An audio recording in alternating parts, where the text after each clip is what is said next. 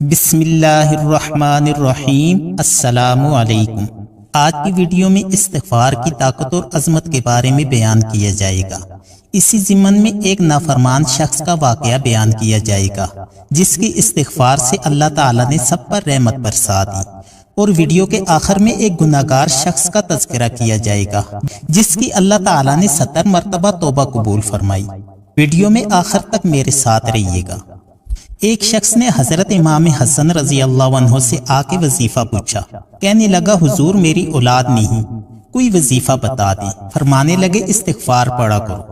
اس شخص نے کہا ٹھیک ہے، اب میں دوبارہ کب آؤں؟ تو امام حسن رضی اللہ عنہ فرمانے لگے تو بے اولاد ہے نا، جب تیرے 10 بیٹے ہو جائیں تب واپس آنا۔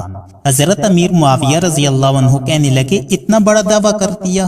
تو امام حسن رضی اللہ عنہ کہنے لگے میں نے کہہ دیا، اللہ تعالیٰ فضل کرے گا۔ وہ شخص کئی سالوں بعد آیا اور حضرت امیر معاویہ رضی اللہ عنہ کو بھی ساتھ لایا۔ کہنے لگا حضرت اللہ تعالیٰ نے 10 بیٹے عطا کیے ہیں۔ حضرت امیر معاویہ رضی اللہ عنہ کہنے لگے آپ کی بات تو سچ ہو گئی، اب مجھے بتائیں کہ یہ وظیفہ آپ نے کہاں سے لیا ہے؟ فرمایا قرآن پاک سے۔ سورہ نوح کی 10، 11، 12 آیات میں اللہ تعالیٰ فرماتے ہیں تم استغفار پڑھو، میں تمہاری بیٹوں سے بھی مدد کروں گا، مالوں سے بھی۔ تو میں نے استغفار بتا دی۔ قرآن پاک میرے اللہ کا ہے اور اللہ تعالیٰ کا وعدہ جھوٹا ہو ہی نہیں سکتا۔ میرے بھائیوں یاد رکھیں، استغفار اللہ تعالیٰ کی رحمت نازل کرتی ہے۔ ایک ہوتا ہے خوف اور ایک ہوتی ہے خشیت۔ خوف والے لوگ توبہ کرتے ہیں اور خشیت والے استغفار کرتے ہیں۔ توبہ والا کہتا ہے میں بھول گیا تھا، میری معافی ہو جائے، اور خشیت والا کہتا ہے میرا یار ناراض نہ ہو جائے، وہ استغفار ہی کرتا رہتا ہے۔ ایک عورت بھیک مانگا کرتی تھی۔ ایک دن بادشاہ کے دروازے پر بھیک مانگنے گئی تو بادشاہ کو پسند آ گئی اور اس نے نکاح کر لیا۔ 20 کنیزائیں اس کے پاس تھیں خدمت کرنے کے لیے، لیکن وہ ہر وقت روتی رہتی تھی۔ ایک سمجھدار کنیز کہنے لگی تو ہر وقت روتی ہی رہتی ہے، معافی ہی مانگتی رہتی ہے، کون سی ایسی نعمت ہے جو تیرے پاس نہیں؟ کہنے لگی اسی لیے ہی تو روتی ہوں کہ مجھے وہ سب کچھ مل گیا جس کے میں قابل ہی نہیں تھی۔ اب میں روتی ہوں کہ کہیں میرے سر کا سائیں مجھ سے ناراض نہ ہو جائے، وہ کہیں بگڑ نہ جائے۔ میں کیا تھی مجھے کہاں تک پہنچا دیا، اب کہیں وہ بگڑ ہی نہ جائے۔ حضرت عمر فاروق رضی اللہ عنہ اس لیے روتے تھے کہ کہیں مصطفیٰ صلی اللہ علیہ وآلہ وسلم ناراض نہ ہو جائیں۔ حضرت ابوبکر صدیق رضی اللہ عنہ اس لیے تڑپتے تھے کہ کہیں اللہ تعالیٰ کا فضل روٹ نہ جائے۔ حضرت علی رضی اللہ عنہ اپنے کمرے میں بیٹھ کر زور زور سے استغفار پڑھتے، وہ اس لیے نہیں کہ معاذ اللہ گناہ تھے جن کی معافی مانگا کرتے تھے، بلکہ اس لیے کہ رسول خدا صلی اللہ علیہ وآلہ وسلم کہیں ناراض نہ ہو جائیں۔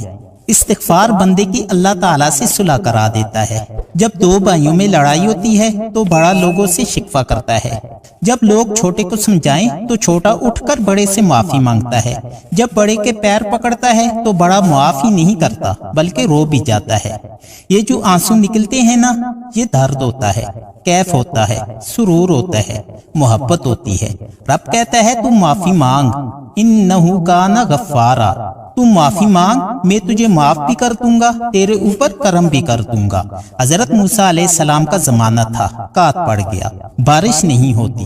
حضرت موسیٰ علیہ السلام ساری قوم کو لے کر میدان میں نکل گئے، آؤ بھائی اللہ تعالیٰ کی بارگاہ میں سوال کریں۔ جب دیر تک دعائیں ہوتی رہیں تو اللہ تعالیٰ نے حضرت موسیٰ علیہ السلام کو وحی فرمائی کہ اے موسیٰ، آپ کی قوم میں ایک شخص ہے جس کو 40 سال ہو گئے ہیں، نافرمان ہے، اس نے اپنے رب سے صلح نہیں کی، اس کو مجمع سے نکال دو، بارش ہو جائے گی۔ حضرت موسیٰ علیہ السلام نے اعلان کیا کہ اس مجمع میں ایک شخص اللہ تعالیٰ کا نافرمان ہے، وہ اگر مجمع سے نکل جائے تو بارش ہو جائے گی۔ وہ شخص دل ہی دل میں رونے لگا اور کہنے لگا اے اللہ، تو تو معاف کر دینے والا ہے، تو معاف کر دیتا ہے، پردہ پوشی کرتا ہے، اگر اس مجمع کو پتہ چل گیا تو میرے اور میرے بچوں کا جینا حرام کر دیں گے۔ مالک تو معاف کر دیا کرتا ہے، لوگ معاف نہیں کرتے، میرے مالک میں یہ ذلت برداشت نہیں کر سکتا، فضل و کرم والا معاملہ فرما۔ حضرت موسیٰ علیہ السلام نے دوبارہ اعلان کیا نکلتے ہو کہ نہیں؟ پھر تڑپا خداوند قریب میری آبرو نہ کر، یہ ذلت اور رسوائیاں برداشت نہیں ہوتی۔ حضرت موسیٰ علیہ السلام نے تیسرا اعلان کیا نکلتا ہے یا پھر میں نام لوں؟ اللہ تعالیٰ سے پوچھ کر نام لوں؟ وہ تڑپ گیا، کہنے لگا مالک میں تیری بارگاہ میں استغفار کرتا ہوں، آئندہ نہیں کروں گا۔ یہ الفاظ منہ سے نکالے تو بارش شروع ہو گئی۔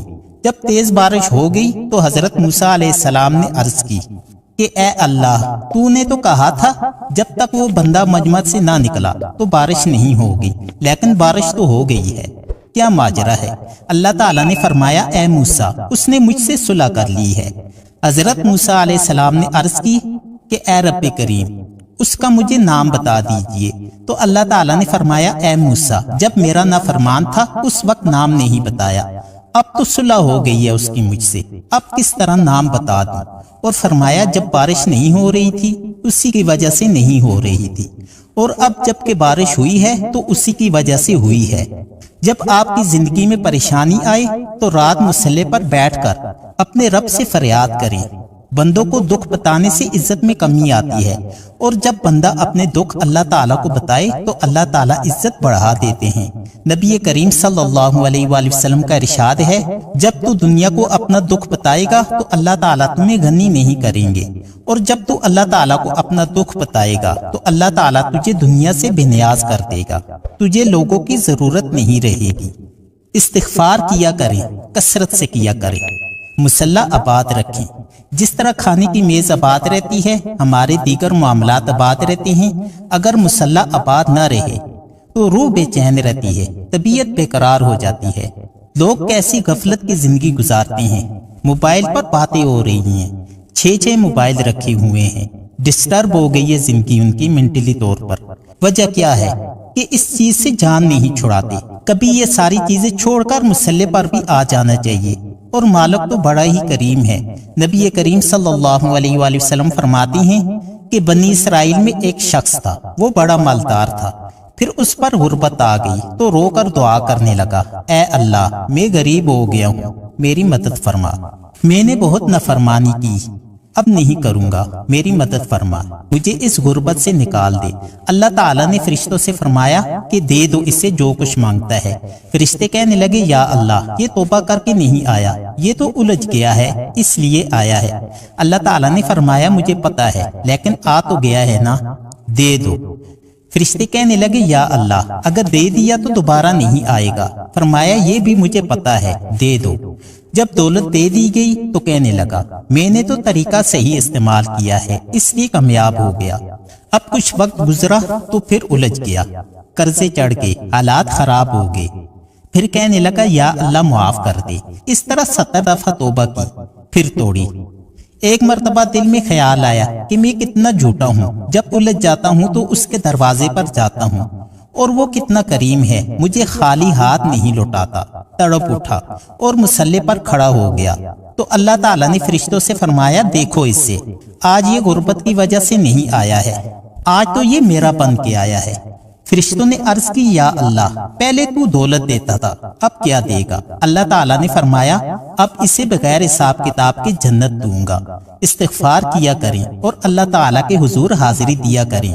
جس طرح سارا کچھ چھوڑ کر کہتے ہیں کہ 1 مہینہ فلاں سیاحتی مقام پر رہوں گا، ٹھنڈک والے علاقے میں جانا ہے، برف باری دیکھنی ہے، اور مہینہ کی چھٹیاں وہاں گزارنی ہے، چلو 20 دن وہاں گزاریں، 10 دن اپنے اللہ تعالیٰ کے ساتھ گزاریں، دن کو روزے رکھیں، رات کو قرآن شریف پڑھیں، کچھ وقت اللہ تعالیٰ کو دیا کریں، حضور صلی اللہ علیہ وآلہ وسلم پر درود و سلام بھیجا کریں، پھر دیکھنا کہ اللہ تعالیٰ روح کو کتنا سکون دیتا ہے۔ اللہ تعالیٰ مجھے اور آپ سب کو عمل کرنے کی توفیق عطا فرمائے، آمین۔ میرے بھائیوں اور دوستوں، مجھے امید ہے کہ آپ کو یہ ویڈیو پسند آئی ہوگی۔ اگر آپ کو یہ ویڈیو پسند آئی ہو تو لائک اور شیئر کرنا مت بھولیں، اور اس طرح کی مزید ویڈیوز کے لیے چینل کو سبسکرائب کر دیں۔ شکریہ۔ اب اگلی ویڈیو کے ساتھ آپ حضرات کی خدمت میں پھر حاضر ہوں گا، تب تک کے لیے اللہ حافظ۔